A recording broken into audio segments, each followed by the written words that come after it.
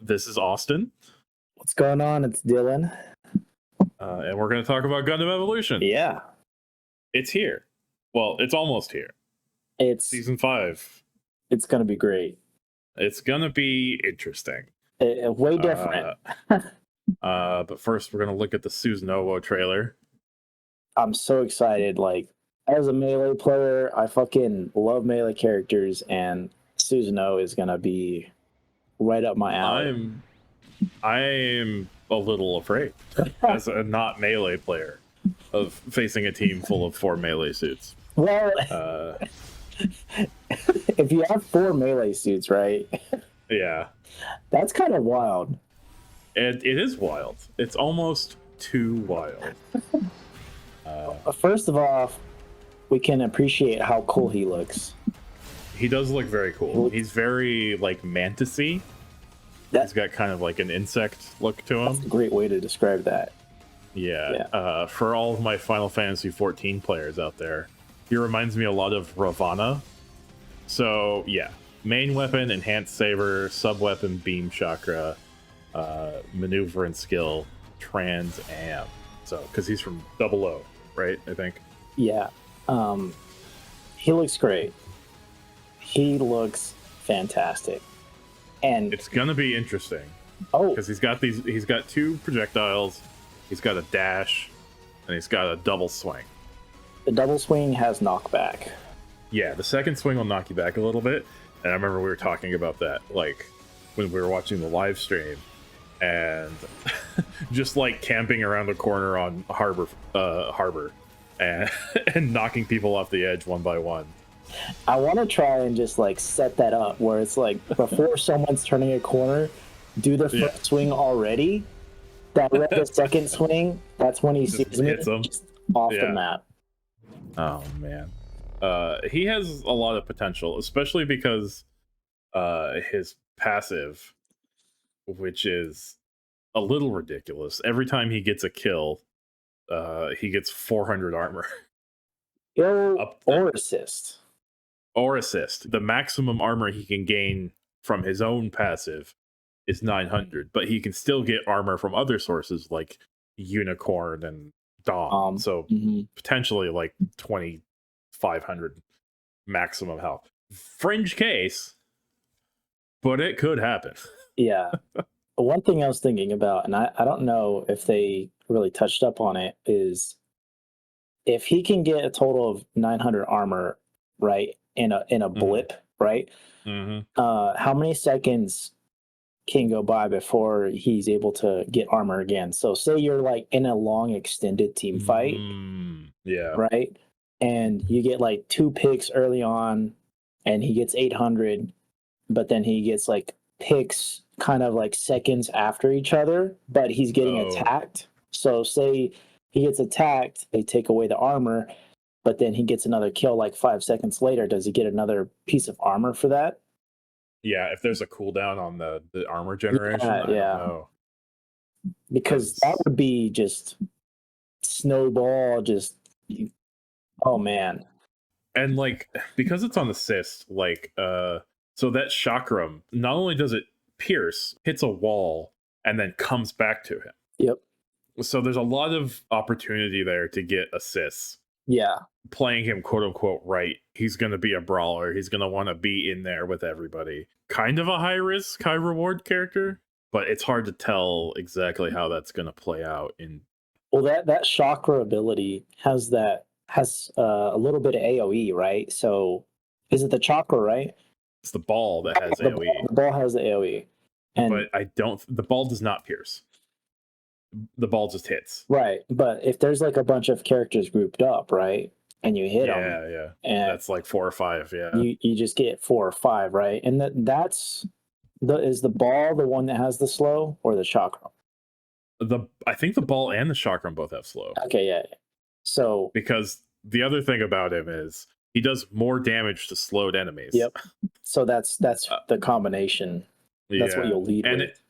And one thing they said on the live stream I thought was interesting is that the amount of slow is different depending on which unit he hits. So like, yeah, since everybody has different movement values, like that scales differently depending on who gets hit, depending on which unit gets hit. So Yeah, like Exia's really fast, so hitting somebody like Exia, he's not gonna move. It's gonna slow him down, but it won't be to the same degree as like a bigger unit. on top of that, the ult, his Trans Am, or his G maneuver, I guess I should say, basically increases all of his abilities. Gets him an extra stack on his dash. He does more damage. Oh, instead of swiping twice, it's one big swipe that does the combined damage plus extra. It has knockback as well. Yeah. Everything has more damage, and he's got a ton of mobility because that swing can go, or the dash swing move can go vertical. So you can go over walls. You can get over walls. You can attack flying units.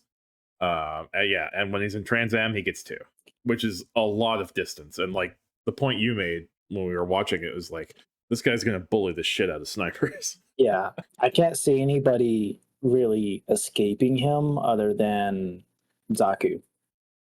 Right. Exia's got the dash on his ability, but that charges up. Yeah. So Susanowo, there's no charge on his dash. It just goes. That's the scary part, right? Because with Exia, when he does the charge, you can hear it. You can hear it from across the map. Yeah, his move with the double swords that closes that distance, there's no tell. So he's just like blipping across the screen. It's like they even said it's like a blink. Yeah. He's just they use the term blink like you have in other games. The blink is gonna be, I don't know, man. He's gonna be crazy. Yeah, but there is one big caveat. His damage is pretty low because the sword swing does like what? Each swing does 150, I think they said. Yeah. And so you have to hit both of those. Plus it knocks back, which means he has to like keep following up. And the chakram, I think, does 300, 200, 400 if you hit with both. But there's a delay after it hits something and is on its way back to you. And so you can dash out of the second hit of the chakram and probably the melee as well. Yeah. And I forget how much they said, how much damage the ball does. I think it's around 300-400 as well. Yeah. But none of his abilities are particularly damaging. He gets like a 20% boost or something to his damage, to his slices when he's attacking a slowed opponent. But that's kind of it. He's not like, doesn't do like scary damage, but it's the sustain, it's the speed of which he can get around because he's got the big dash, and the slow. Very much like a crowd control melee. I saw some people like comparing him. They're like, oh well, Melee Zaku's finished. Well, I don't know. Melee Zaku has the point clear ability that this guy doesn't, you know? Yeah. And Melee Zaku is definitely more of like a tank brawler, and this guy's crowd control, like almost like a support melee. It's crazy. Yeah. And some of the things that I've thought about with him is like in a team fight, right? Mm-hmm. If he goes in during a team fight and y'all don't immediately focus him down, he can just roll the whole team because think of the armor like a passive heal. Mm-hmm. Yeah, no, absolutely. He's the only melee character that can do that. But in the assistance of focusing him down, looking at some of this footage, and especially the footage they showed off in the live stream, he's big. He is a chunky boy. Well, he's not chunky, he's very spindly, but he is large. He's very tall, and his stance is very wide. Yeah, that's true. He's a big mantis. Unless there's like some hitbox shenanigans with like the gaps in his like long legs and long arms, I see him eating a lot of fire. Yeah. Maybe that will keep him in check. That's kind of what it feels like to me, at least. Yeah. He's gonna be good. I think he's gonna be good, but I don't think he's gonna dominate. I think that I'm trying to compare him to other melee characters. Yeah, you have way more experience with that because you like the melee characters in this game. I'm not a melee player. Yeah, I do think that he's gonna be a very strong melee character, and depending on how well he does in 1v1 fights, right? Because there's some characters that are kind of built around that. Like if you see an Exia 1v1, that's kind of tough because it's so squirrely, and he can just like get heals faster. Like he can, if he has any map knowledge, he can just go and take heals away, like zone you out, whatever. But if he's good in 1v1 fights, which I think his kit is amazing, but I still don't know how that damage output feels.